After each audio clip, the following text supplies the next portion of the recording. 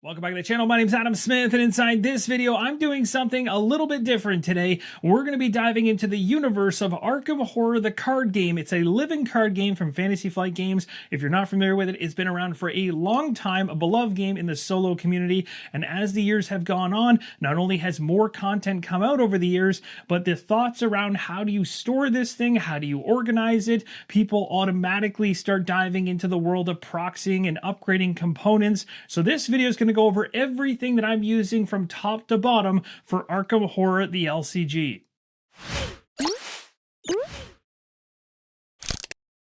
Now, if you're interested in anything you see as I go through this video, I'm going to have the exact store URLs down in the pinned comment and video description, as well as the itemized list of the things that I've picked up over the years. So you can go check them out, see if they're within your price range. Again, remember, everything here is on the blinged out side of the equation, so there will be a cost associated with upgrading these different bits, and none of them are necessary for you to enjoy the core game experience as it is, but these things will certainly either enhance your setup and teardown times, enhance the overall immersion of actually playing the game itself, or just look really good on the shelf. Let's start things off with the two boxes sitting right here in front of you. Two of my favorite upgrades, I think, for this entire collection, and that was when I transitioned from using a number of deck boxes and longer storage card boxes and everything that really didn't fit the theme, look, and vibe of what the universe is all about. When I found these on Etsy, I was absolutely blown away by how they looked in the pictures, and I was really hoping they'd be just as awesome when they showed up, and to my surprise, they absolutely were.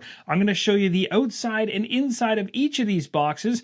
Both of them are available on Etsy from a store named Customisedgaming, and Customisedgaming does not have a Z in it, it has an S instead. Again, it's in the pinned comment and video description down below, but you can see here it's a mixture of different materials made to look almost like an Investigator suitcase or briefcase, which again fits right into the Arkham Horror universe. Now, as you can tell, these boxes come with a faded vintage look, which I absolutely love because the Arkham Horror universe is gritty, it's horror, it's not perfect, and that's exactly what this box represents. It also allows you to customize something right on the top panel, which you can have placed on. You can choose from the available options on the Etsy store, or you can actually customize things to a certain extent to your liking. For me personally, I pick this pattern for this box and have a different pattern for another box, but both of them show Arkham Horror on the box to make it clear that's exactly what's inside. And it's important to note there are faux leather panels on both sides of the box, but the one that's customizable is of course on the lid side. You can also choose to have no engraving whatsoever and just keep the panels completely blank, but I absolutely prefer to have something on it thematically. Here's a look at the second box where I have a different pattern on it. I'll show you an up close of that in a second, but really want to highlight the fact that the box lids and the boxes themselves do have their own characteristics. They are not carbon copies of each other, so you can see differences in this one having different blemishes than the other one. Again, it's all part of that vintage style. Up there, we kind of got a knot look at the very top. And again, in this shot, it looks like this has a little bit more of a darker tone to the leather, but that's just simply my lighting. Here's a close look at my second vintage box and the emblem that was engraved on the very top of it. Again, Arkham Horror on this one. You could choose not to have the writing whatsoever of Arkham Horror on it and just the circular icon or some other icon on there. I really like the circular icons, and I think if I didn't have the wording Arkham Horror on there, that would look just fine as well. But again, I wanted to make it visually appealing, and I think these, for me, are the best. For those interested, here's a look at the hinges on the back of the box. These are a decent size and keep everything in place, along with the locking mechanisms at the front of the box. It'll keep the lid locked down once all the cards are inside of it. So the only thing you're not going to really want to do is put a lot of aggression into swinging this box around while you're holding it. And of course, once the weight of the cards get inside of it, you need to be careful with it. It's a vintage box. It's a collector's item. It's not something that you're going to be aggressive with.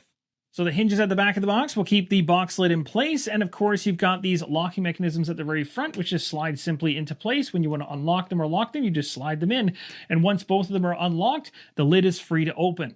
Now, before we move on, let's talk about the handle, and all these things I'm mentioning can actually be found in the description of the item on the Etsy store as well. In terms of the weight of the box, once this thing is full of weight, you're not going to want to hold this thing like you would a briefcase. You might be thinking, well, I'm buying it for that purpose, to be able to swing it down the street as I walk to my friend's house. Well, it's probably not something you're going to want to try and test out. What you can do, however, is hold the box as if you're holding a box. In other words, supporting it from underneath. You can absolutely hold it from this handle handle and also put a hand underneath the box to move it to where you want to go. But you don't want to just be holding it by this handle if this entire thing is full of cards, because I think over time that handle is going to wear down and it's not going to be able to take the weight. So what is this box perfect for? It's perfect for individuals like me that want to keep their Arkham Horror LCG collection in one place in their home and move it from one room to the next without any issues at all. It's not exactly for somebody who wants to bring it to their friend's house unless you plan on, again, carrying it like a box rather than a briefcase.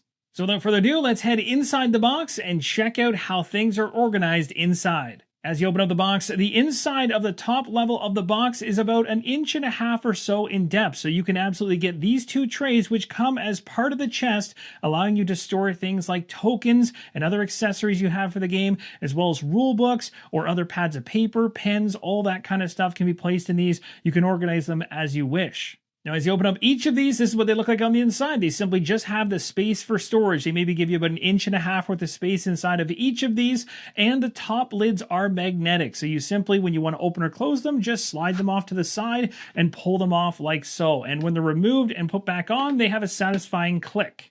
Now, as you can see for me, I want to keep all my tokens close at hand when I'm digging through the box, and I want to have things organized. So I've done exactly that, and I've got a number of these tokens across various compartments, all on the right-hand side here. And we'll talk in just a moment about where I've actually gotten each of those tokens from. Some of them are from one major bulk pack, and some I had to go sort out and find individually. So we'll go through that right now, and then we'll head into the bottom of the box.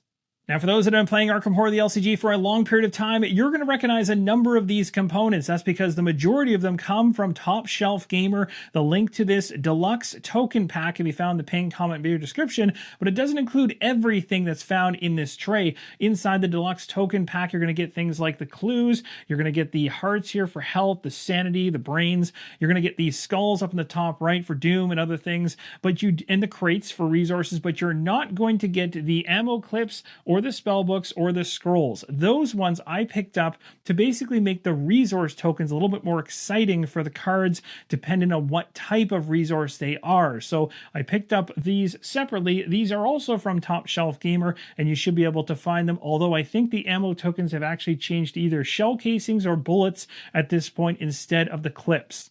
Regardless of all that, I'll have the links in the pinned comment video description for each of the different items that I picked up here, and of course there might be some small variations between what's available now and what was available when I actually picked these ones up. But that does it for these 2 trays, so now let's dig inside the box.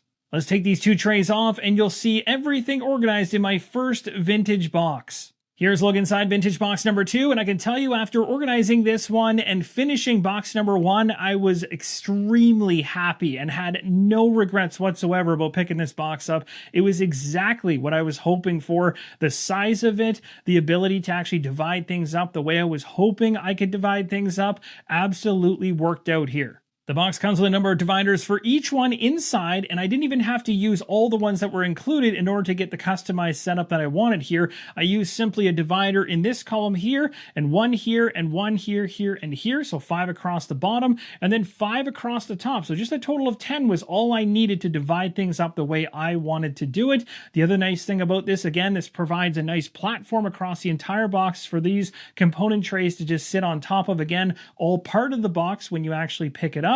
I am just absolutely overjoyed with how this storage solution works. It is phenomenal. Now let me walk you through each of the columns to let you know exactly what's in each section. The first thing I'll mention is that this is housing everything for the encounters as well as the enemies in Vintage Box number 1 and Vintage Box number 2. There's a lot of content for Arkham Horror the LCG. All of the Investigator cards and all those cards for the hero side of the equation are going to be kept in a different storage solution. So these 2 boxes are primarily just getting those enemy and encounter cards divided up in a way that makes it really easy to quickly open things up, find what you need, close it back up, and get to playing. So in the bottom left-hand corner here, the core box from Arkham Horror is found, the 3 scenarios along with the enemies divided up. These card dividers are perfect. They come from Tesseract. I think a lot of people will be familiar with that name. It's another Etsy store. I believe they also have a web front, but again, the links for them will be in the pinned comment video description in terms of the one that I picked up. I still need to pick up some more dividers from them because more Arkham Horror stuff has released.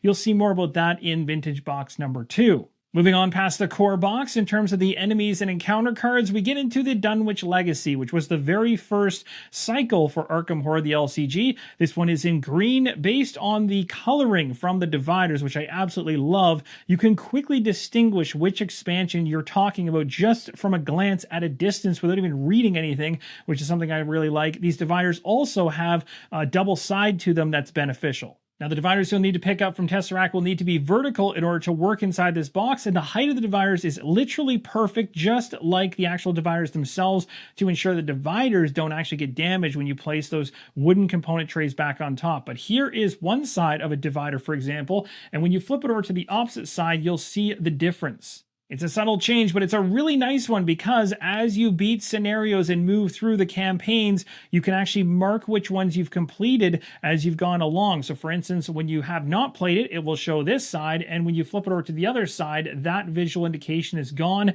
It has been cleared at this point.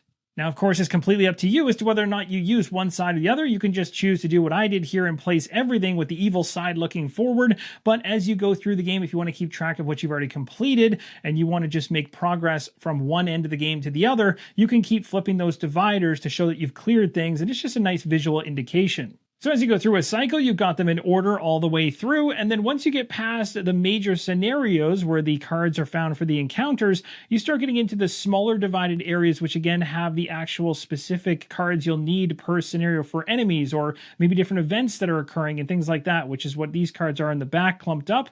So that's essentially the breakdown of the dividers, and then it gets into the Return to Dunwich Legacy at the very back here, which I really like. You can again just choose not to have a divider here and just lump everything into the same column if you wish, but I like having that breakage so I can see which ones belong to which set. So that's essentially how I have things organized in terms of a column basis, but once you get past the first column, you get into the second column, there's no more core here in the bottom. So what I started doing from this section onwards was essentially just placing standalone scenarios as they were released in release order. And of course, at the very beginning, things were quite smooth. I believe, if memory serves, it was about one standalone scenario for every cycle, but I think that started to get a little bit disjointed towards the end, but overall it still works because I just place each of the standalone scenarios as things I can grab and add in per the different cycles that I'm charging through. So either way, easy to find them, and it keeps the boxes looking really nice and things separated. So that's going to do it for Vintage Box number 1, running from the core to the Dunwich Legacy to Carcosa to Forgotten Age to Circle Undone,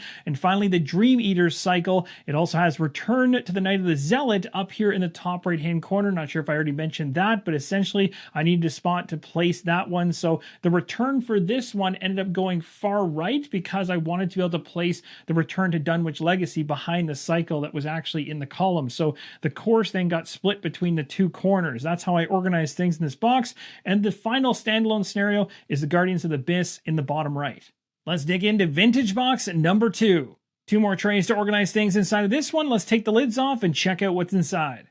On the right-hand side, as you can see, I've got more top shelf gamer tokens, and this is because I picked up 2, I believe, packs of the Deluxe token bundles for the Arkham Horror LCG, and so that gave me a lot more tokens than is necessary for this game. However, I use these tokens in games like Eldritch Horror and Mansions of Madness as they're universal across a number of different Arkham games, so they're handy that way. So I picked up 2 packs, so essentially this is almost like overflow storage right now. At the very top right, though, are some very handy arrows. As you know, when you move from location to location, you can't always go back and forth between locations. Sometimes it's a one-way, sometimes it's a two-way. So picking up arrows, which you can actually find on Etsy, a number of different variations. The one that I picked up in the top right there isn't even available anymore from the store. That store, I think, is on a break right now, and I don't think it'll be coming back. I'm not 100% certain, so I'm not going to mention it, but I will put it in the pinned comment and video description for you. Now you can easily find more of these directional arrows for Arkham Horror the LCG customized across Etsy or other areas on the internet. You'll find them no problem. They're very handy for gameplay.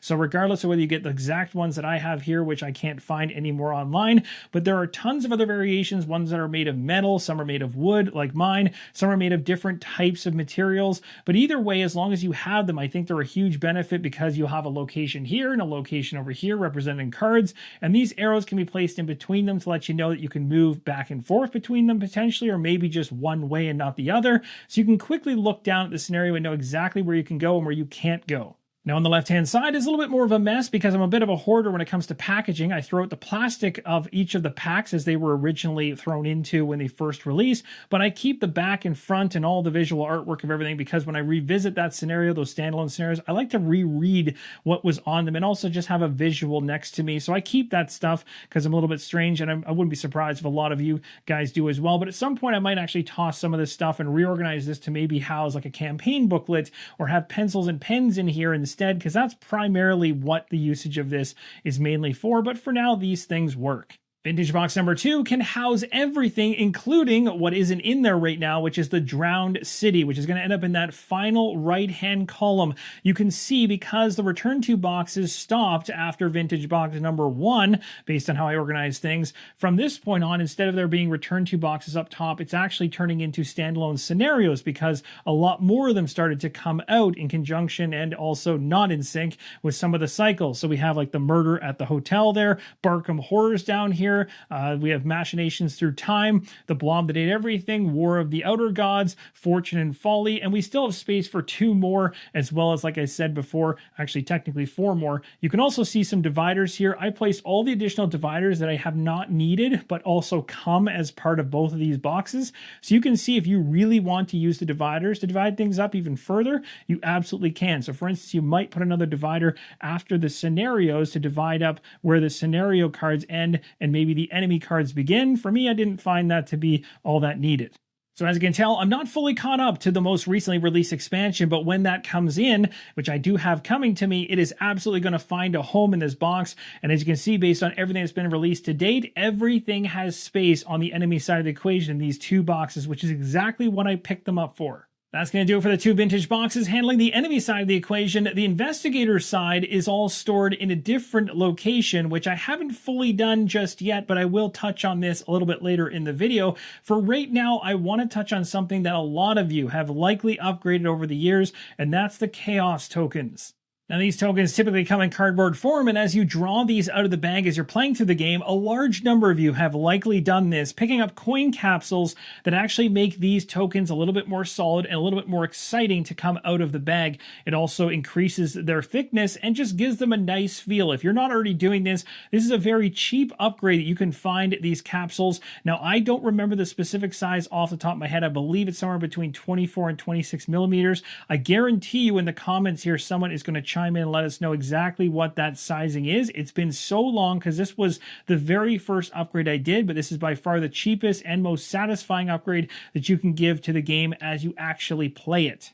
But you guys know me, instead of stopping right there and being happy, I had to go to the next step. Instead of putting coin capsules on cardboard, I decided to actually upgrade the cardboard itself. I found an Etsy store that upgrades the Chaos token itself called Arbits. And if I'm pronouncing that correctly, it's spelled A-U-R-B-I-T-S.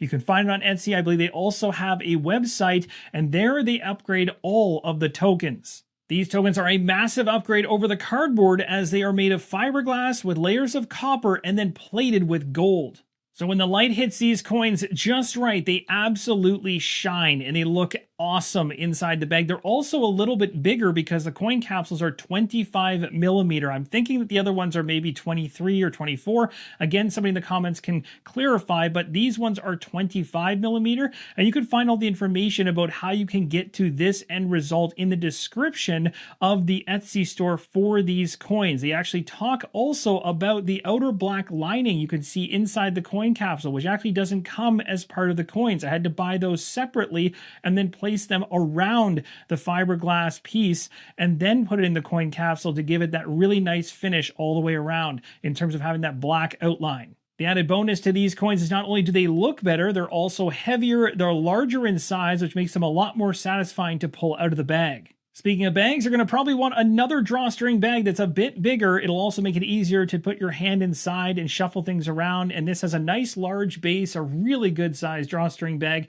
to get all these tokens inside. Has some nice artwork on the outside that matches the theme. You can get this in purple or in green. I picked it up in both, and you can find it on the Board Game Geek store. It's a Geek Up accessory. Now, if you have to choose between one or the other, the green one pops the most by far, but I love having both.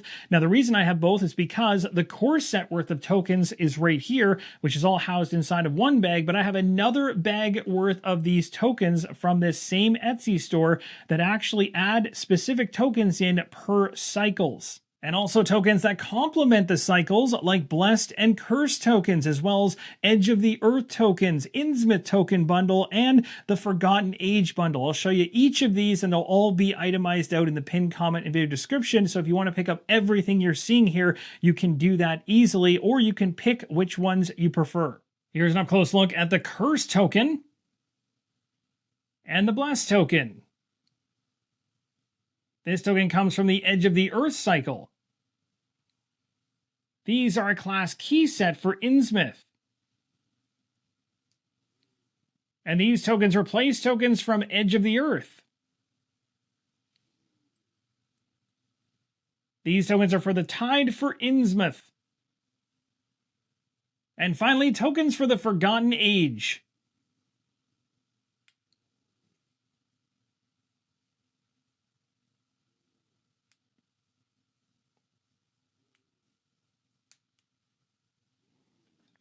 As well as this.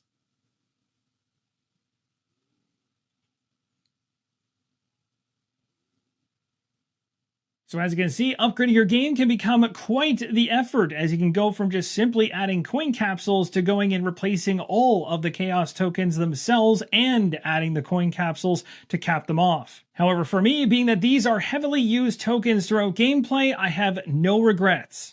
That's going to sum up the Chaos token upgrades as well as additional cycle upgrades you can pick up. You can pick and choose what you want. You don't have to pick all of this up.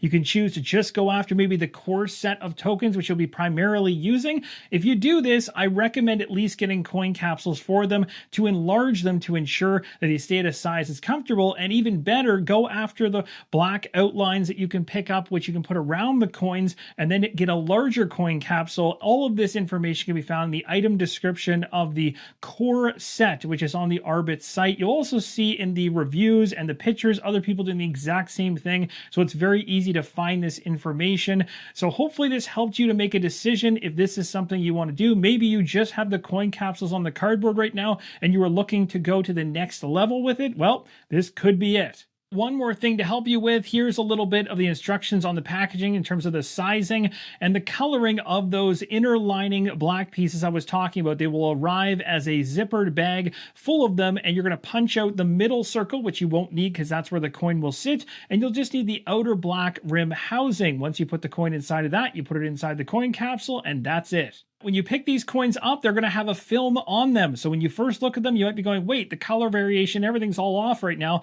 You're going to have to remove a film on both sides of each coin prior to putting them into any coin capsule. Make sure you do this, because if you don't, you're not going to see the full visual of the coin, which looks a lot better without the film on it. Now let's move on to the Investigator side of the equation with the storage for that. And of course, as I mentioned before, this will not be as impressive as the other things you've seen so far. Hopefully you like what you've seen so far. And if you're enjoying the video, give me a like down below. It would really help to show this out to other people that have Arkham Horror LCG so they can find components and upgrades that might interest them. And also don't forget to start adding the things that you've picked up, because just because I picked these things up doesn't mean they're the best. There might be other solutions out there that you found that are even better or just as cool. Of course, all the customizable options for this game are really unique and awesome, and I'd love to hear more about them in the comments from all of you. Now, I'm one of those individuals that ended up picking up a number of core boxes back when the game first released. I picked up a number of additional core boxes that were secondhand so that I could build out more Investigator decks than the typical person could with the starter decks that were available based on the limited number of cards in each of the starter decks. So, in other words, you could essentially only make or create and have ready a certain number of Investigators very early on in the LCG life cycle of this game. But by having more starter sets, I was able to create more Investigators and have them ready at any given time. Of course, I've only created them at their most basic level, and you can of course customize each Investigator loadout even further than their generic starting default cards you place into their decks. But I decided to go ahead and create them at least at their most basic level and just put them inside of this right here. And for now, I've even got them color coded with sleeves. So my logic behind this was to have a number of pre-made investigators ready to go whenever I wanted to use them. Of course, this isn't every single investigator in the game, and I can't do this endlessly because I'd have to have insane amounts of core boxes to be able to have all these pre-made decks, but at least having a number of them, like 3 to 4 per each of the character classes, which are in different colors. Guardian is in blue, Seeker is yellow, Mystic is purple, Rogue is green, and Survivor is red. So based on the front card of a particular character or investigator, you know exactly which class it aligns to primarily. So I simply do this by looking at the actual character card itself, again in a clear sleeve for this as well as a smaller portrait, but in the top left it tells me what type of class this character aligns with, which is a Guardian, so I know the cards for this deck I have placed in the blue sleeves regardless of what the color of the cards might be in the deck once it's customized beyond this. So essentially it's just giving me a nice blue back when I've got this on the table, so it just gives a visual indication of what character class this character primarily aligns with, which I just like. For those interested in what type of sleeves I'm using on the Investigator decks, these are Pro Matte Eclipse sleeves. They come in packs of 100. They're made by Ultra Pro. I like these a lot. Now, I picked these up earlier on, I think midway through the Arkham Horror LCG life cycle in terms of where we're at currently, but I believe after the time frame I picked these up, more companies started coming out with more colored sleeves. So there might be variations of colors that you might like better than the ones provided here from Ultra Pro, or you might find different tones from other companies better, or maybe even their sleeve quality. So just pick based on what you're looking for if you're even bothering to go ahead and color code these. Now, you don't have to color code any of this stuff.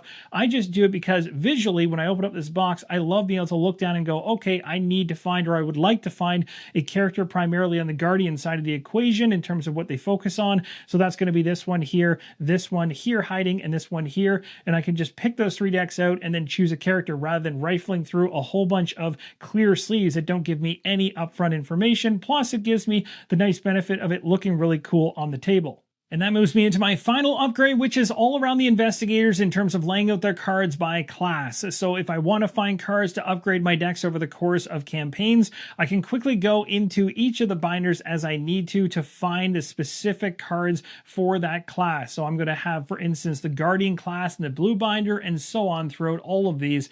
And I've got the non-class or the neutral cards in this gray one here. All these binders are from Ultra Pro, so I found colors that matched as well as possible.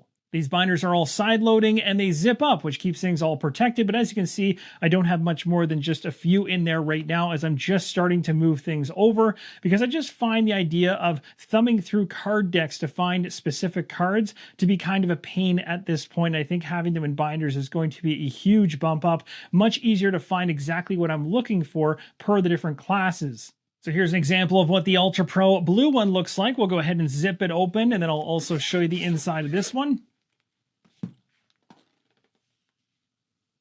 And again, similar to what I had going with the Investigator decks in terms of just giving each of the Investigator decks a color which matches their primary class. Same thing here with the actual class of the cards matching the binder color. It just aesthetically is very pleasing. Now at this point in the video, because I'm not fully merged into these binders yet, and that's the next major thing I need to accomplish, I'm not going to take you through all the binders because it's not really that exciting anywhere past this point. But I do want to show you what a packaged version of this binder looks like in case you're trying to find it. If you're on a mission to find these binders, it's a 480 card binder. It's a 12 pocket zippered Pro binder from Ultra Pro. Looks like this on the packaging. It's just in a clear package. At the very top, it says Pro binder. And that, my friends, wraps up an in-depth look at my collection for Arkham Horror the LCG, a game in which I absolutely love. This is one that will never leave my collection. As you can clearly tell, I do not go to this length with every single game that I have, but this is one that was just calling to be upgraded, and there's just so many cool things out there to do that. Let me know in the comments down below what things you've picked up over the years. I would love to hear the different customizable pieces that everybody is using, where they got them from, how they like them, what benefits they provided them. Also, if you have different storage solutions and different organizational setups, let us all know in the comments below, because this information can be very helpful for individuals that might be picking up maybe secondhand a large collection of this game and looking to kind of enhance the experience even further. I had an absolute blast going through this entire video with you guys, and thank you so much for all the individuals that let me know in the community tab on YouTube and in the Discord community, as well as on the Facebook group, that you wanted to see a video like this. This is actually one I've wanted to do for quite some time, so I'm really happy to throw it out there, and even more interested to see what's going to come back in the comments regarding what you guys are doing. Thanks again so much for watching, and as always, keep on rolling solo.